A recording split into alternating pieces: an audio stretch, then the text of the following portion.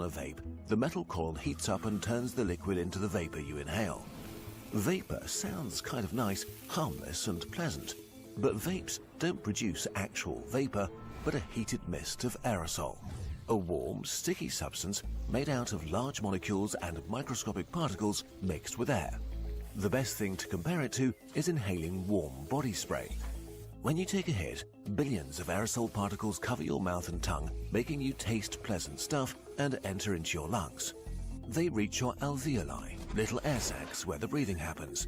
Here, the nicotine passes into your bloodstream and is transported into your brain to cause all the pleasant effects. And here, the complications begin. What's actually in your vape? The scary answer is that we don't really know. Studies found that vape liquids can be thousands of very different mixes of many dozens of substances. The majority were not even mentioned on the label. This seems almost unbelievable, but the vaping industry is much less regulated than you'd think. We know that many official substances in vapes are technically safe. Kinda. They're used in cosmetics, medicine or food and have been extensively tested. Most are safe to eat or put on your skin.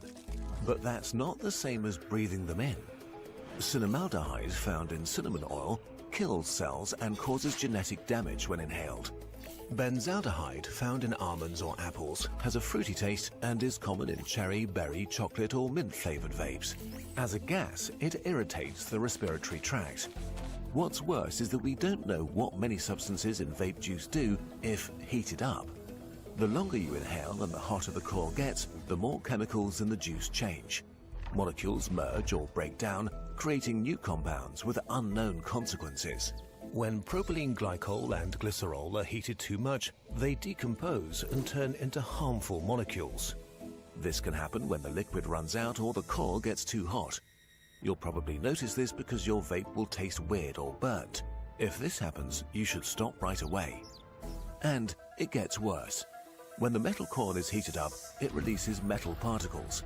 Studies found aluminium, boron, calcium, iron, copper, magnesium, zinc, lead, chromium, nickel and manganese in the vapor, all of which vary from really bad news to straight up toxic and can cause lung irritation, chronic bronchitis and shortness of breath in the short term. Nickel can also cause cancer when breathed in. All of these mystery substances also interact with each other in new and exciting ways. In bad ways? We don't know yet. What do we know about the health effects of vaping? What does vaping do in your body? The elephant in the room is that we don't know exactly how bad vaping is, since it's only been around for about 10 years. Also, most studies on health effects in humans focused on smokers who switched to vapes. We do know for sure that smoking is orders of magnitude more harmful. If you smoke, switching to vaping will reduce your risk of disease massively. If you smoke, please switch to vaping. But these studies also muddy the water a bit. What if you never smoked and started to vape? In the short term, a significant portion of vapers develop poor breathing symptoms, coughing, extra mucus production, shortness of breath, wheezing, throat and chest pain. But the truth is, we simply don't know what will happen in the long term. The first larger-scale study on vaping with non-smokers only started in 2024. It'll take years before we can say anything with confidence. We can make careful assumptions, but take them with a grain of salt. Your lungs are made from very sensitive tissue and were never meant to deal with trillions of aerosols, chemicals and metals. What goes into your lungs generally stays in them forever, which is why smokers' lungs are dark and dirty. It seems that vaping activates the immune system, which tries to clean up the aerosols. This causes inflammation and fluid seeps into the lungs, while the cells guarding their entry produce extra mucus you have to cough out.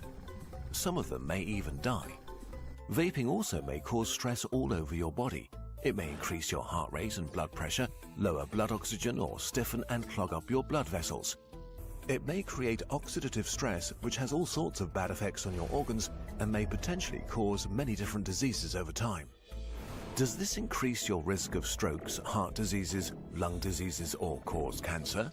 Again, we don't know. Maybe it causes damage, but something else will kill you before vaping does. Maybe it will make you sick. But all we have right now is maybe.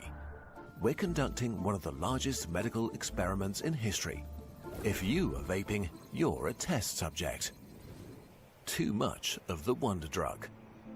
What's new about vaping is the sheer amount of nicotine it delivers into your system.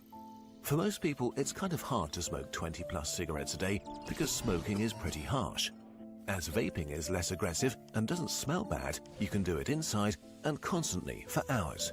It's easy to go through an entire vape a day. They shower your brain in extremely high nicotine doses, which makes them extremely addictive. For teens, this may be very bad. During your teenage years, your brain is developing and your nicotine receptors are especially active. They're directly linked with your reward system and thus how you feel about yourself and your life. Nicotine may change brain development by overstimulating the nicotine receptors. Again, the science is pretty annoying here with loads of caveats.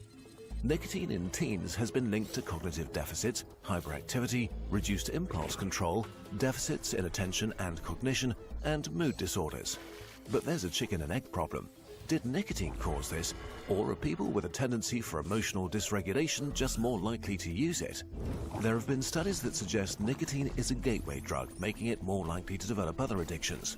But this has been largely rejected. Instead, it seems people who are generally more likely to take risks tend to do more risky things. They're more likely to get addicted to smoking, alcohol or cannabis, hard drugs or gambling.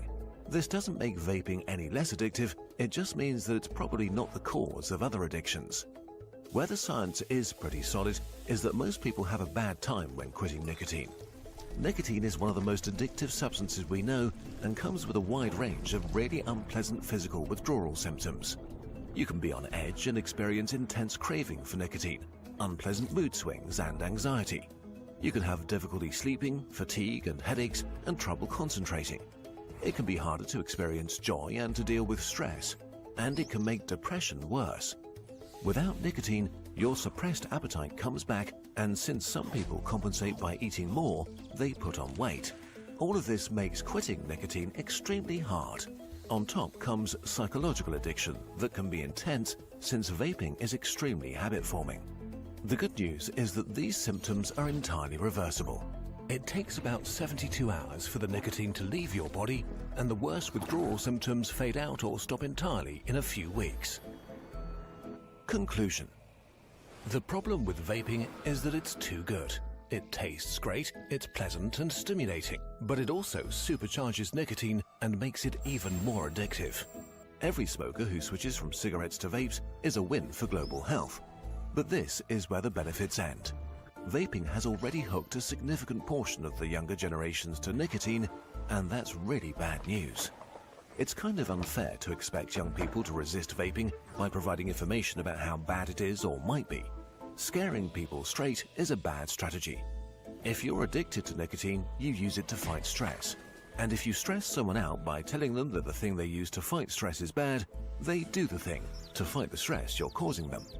Basically, humans developed a new way to make one of the most addictive substances that was on the decline attractive to millions of teens by making it taste like bubblegum.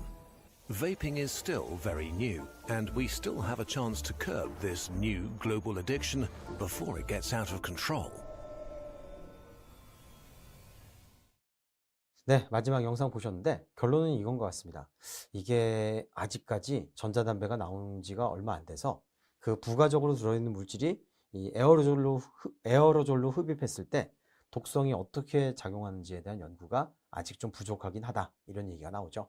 대신 현재까지 알려진 연초에 비해서는 좀 위험도가 낮다라고 평가받고 있다고 보시면 됩니다. 그래서 결론을 말씀을 드리자면요, 담배건 전자담배건 다 안 좋긴 합니다. 근데 전자담배 특히 더 안 좋은 점이라고 한다면요, 이건 것 같습니다. 학창시절에 만약 담배 태우신 분 계시다면 이 선생님이라던가 부모님께 언제 걸리셨나요? 냄새가 나서 걸리셨죠.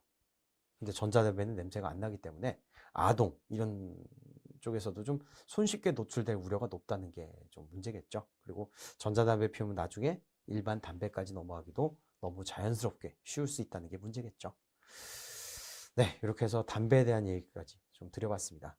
술도 좀 줄이시면 좋겠고요. 담배도 끊으실 수 있으면 끊으시면 좋겠습니다. 근데 뭐 이런 분들 계시죠? 아, 뭐 술도 마시지 말라 그래, 담배도 피우지 말라 그래, 아유 스트레스 받아, 담배나 한 대 태워야지. 네, 본인 건강은 본인이 지키셔야 되겠죠. 아무튼 건강하게 오래오래 사시려면 이런 안 좋은 것들은 최대한 줄이시는 게 좋겠죠. 내 몸이 싫어하는 건 줄여 주십시오. 건강하게 오래오래 사시길 기원을 드리면서 네, 이번 시간 또 마무리하도록 하겠습니다. 그러면 늘 건강하시길 기원하면서 이번 시간 마무리하겠습니다. 감사합니다.